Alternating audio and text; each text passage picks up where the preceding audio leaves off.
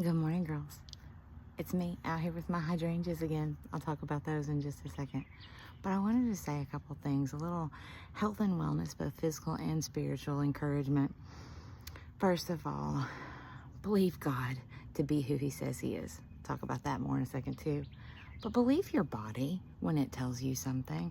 You know, for the longest time, I have really just tried all these different fad things, you know, and I came onto the health and wellness scene, if you will, like strong, plant-based with lean meats, really believing in God's pharmacy and the healing that comes from that, really looking towards mental and emotional wellness that God provides through His food. I mean, it's insane how much He does. However, as I moved into menopause and got a little sidetracked and got a little afraid because weight started to come back on, and I started to really try to do these other things because I thought, maybe I did get it wrong, or maybe there are just shifts in the body, and there are you need to pay attention to. For one, I definitely needed more protein in my life, but here's the thing.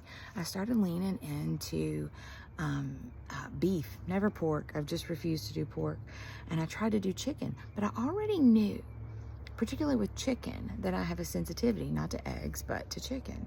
And I was like, I'll go ahead and try it because weight loss is so important. I began to elevate weight loss over health gain.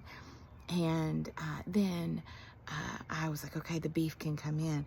Well, y'all, I started feeling so bad, like extremely bad. And somehow I wasn't connecting the dots at the same time. Well, then I started to experience a fatigue and depression and all these different things. I definitely had to deal with some spiritual issues with the depression. But then as I was dealing with those and the depression remained, and I prayed, Lord, will you please help me understand what's going on, if there's something physically wrong with my body? And I began to think, oh, you have an iron deficiency. So I was like, okay, I need to go get my blood work done. So this triggered a series of events. Well, girls, I get there and I find out, mind you, 10 years I've eaten clean and well. And outside of a few hiccups here and there, I'm not perfect with it, but definitely eaten well over the past 10 years. And for 3 months, I have eaten beef. And do you want to know that my cholesterol went through the roof in those 3 months, and my body started to say to me, hang on. So then the other day, as I'm gathering my thoughts and I'm beginning to understand, really believing my body when it says I feel bad. So I began to write down too much dairy. Now, I'm not completely dairy free, but too much dairy makes me feel bad. Gluten makes me feel bad. I'm allergic to rye, and I can sneak it in sometimes, but it makes me feel bad. And it brings on not just belly upset, which there's a part of that, but it brings in anxiety and neck tension that creates migraines and all these sort of things. Beef, chicken, can't do those. And too much sugar. I started to just write these down, and I wrote down, Rachel, these make you feel bad. No, seriously, Rachel, do not eat them. They cause physical pain and emotional disruption. Do not eat them.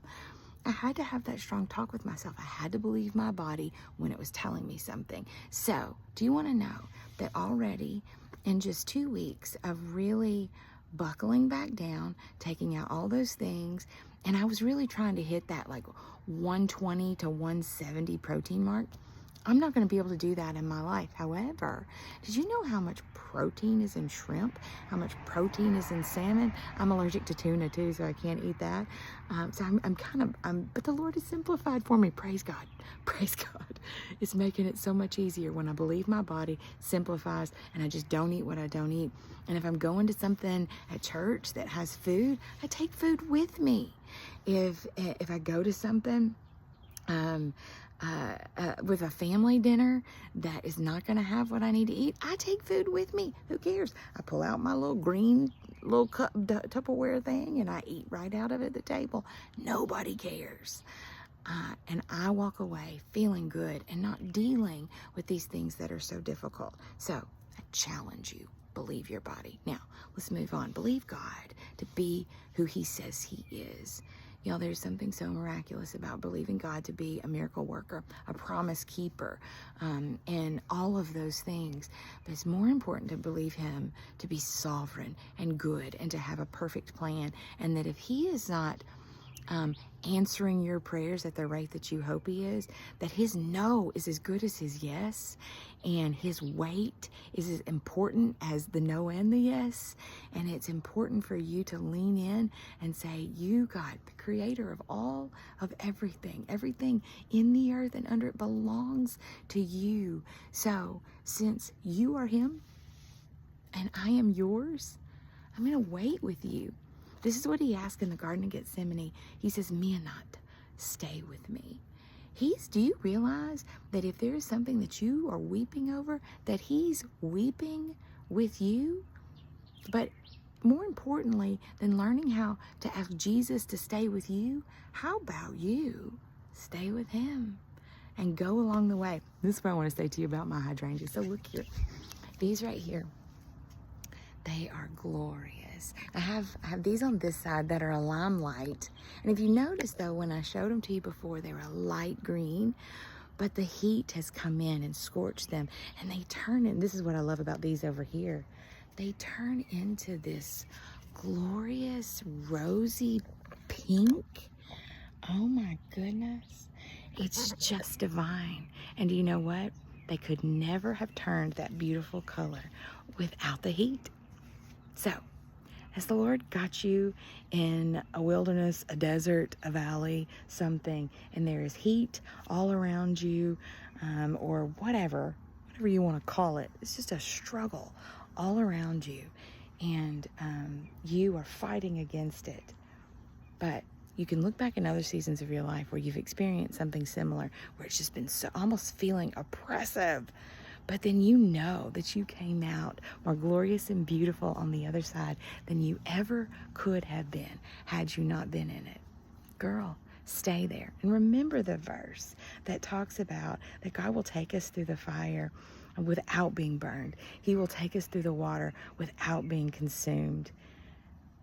These beautiful hydrangeas have been here, and it's been pounding rain on them and pounding heat on them, and they stand ever more glorious. The